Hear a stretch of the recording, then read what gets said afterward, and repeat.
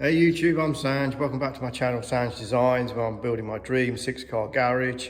As you can see, I've installed some Hexagon lightings. So in this video, I'm going to show you how we did it, how it's got done, and how it makes it look fantastic. Stay tuned.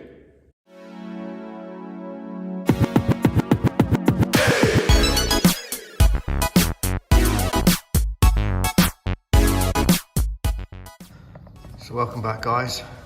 As you can see, I've been busy. This was my project yesterday. 23 Hexagon lights in the left-hand bay, and you can see how fantastic they look. Really brightens the garage, makes the garage look super cool.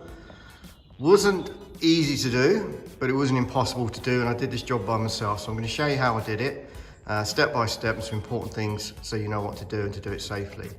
And as you can see, you're probably wondering in the previous video why on earth I painted the ceiling grey rather than white. Well, hopefully you can see the contrast between the lights. I mean, bear in mind the doors are open, but when the doors are closed, you'll see a real nice contrast between the lights and the ceiling. If it was just white, it would probably look a bit too clinical for me, hence the reason for doing that. Okay, so the company was kind enough to send me a grid reference with all the measurements. So you can see the lights are 5152 high by 4760 wide. So I've measured out on the floor because it's easier, and basically what I did is gave me 80 centimeters from the edge of the wall and the edge of the ceiling, and 110 from that side. Now I wanted to move it back a bit, but because I've got a loft hatch in the way, you will see that it overlaps. So we're just going to move it back a little bit, but it doesn't really matter. So rather than using my laser, which can get nudged and that can get moved, I'm just using a bit of string. So I've just used some screws, and I'll basically use a string light, and that's going to be my guide going down this side and that side, and then I just work my way along, and it's as simple as that. And this is basically it. You've got a tube and you've got a connector. So the important thing is you've got this really annoying plastic film that you've got to take off, and remember to take off for every tube, and it basically just snaps together with one of these connectors.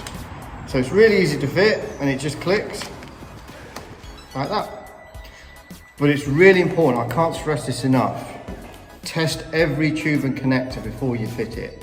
Whether you're doing it on the floor or whether you're doing it up how I'm doing it, because you're going to make the mistake that I made.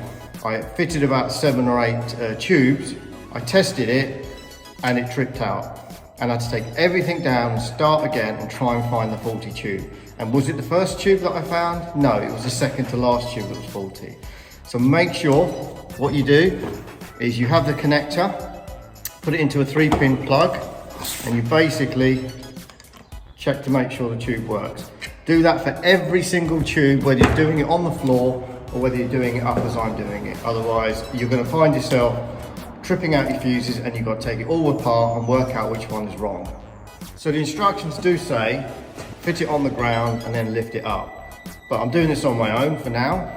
And even if there was about 6 of us, it would still risk a bit flexing and bending. So I'm doing it this way. This is the way I want to do it. I want to do it one step at a time. It takes a bit of time, but you know what? When you're doing this sort of job on your own, which I'm sure most of you will, then it's probably the easiest way to do it. So I'll show you how we get started, and we'll move our way across. So as you can imagine, the first bit is always the hardest bit. Just lining it all up and making sure it works. So I'm just starting with a corner piece first and foremost. And as I said before I even think about putting it on, I'm just going to test it, make sure the tubes aren't blown. That's going to cause me a problem later on. Working fine. So now it's ready to install. So I'm just using these. These are plasterboard screws, but they're round head, and all they do is they just slot into that little hole there. Yeah, you just screw them in, and that's the way to fix it. It's so simple.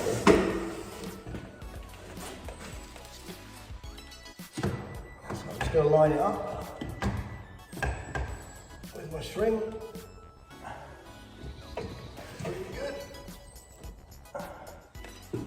Come back this way a little bit. Happy with that.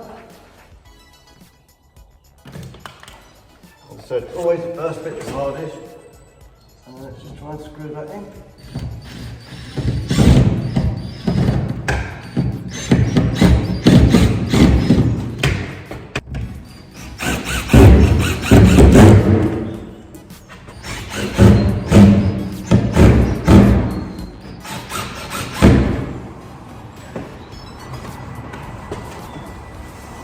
that's it. So all I'm going to do is work my way along, using the connectors, using the grid system that I've got, and basically making sure all 23 grid systems are actually working, tested, put them together, and that's how we do it.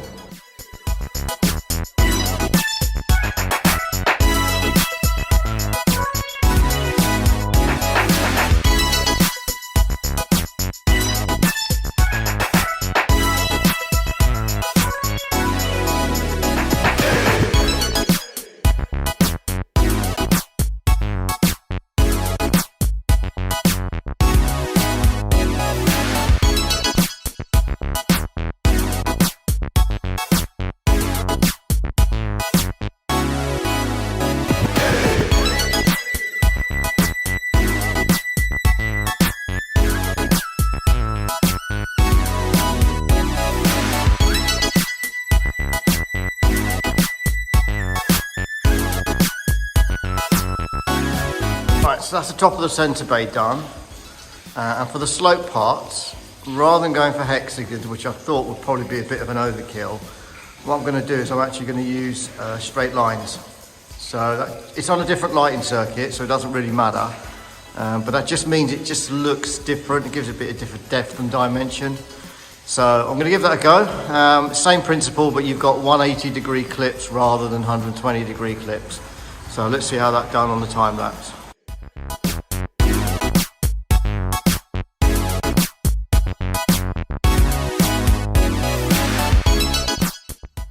So there you have it, guys. That's 23 grid in the left-hand bay.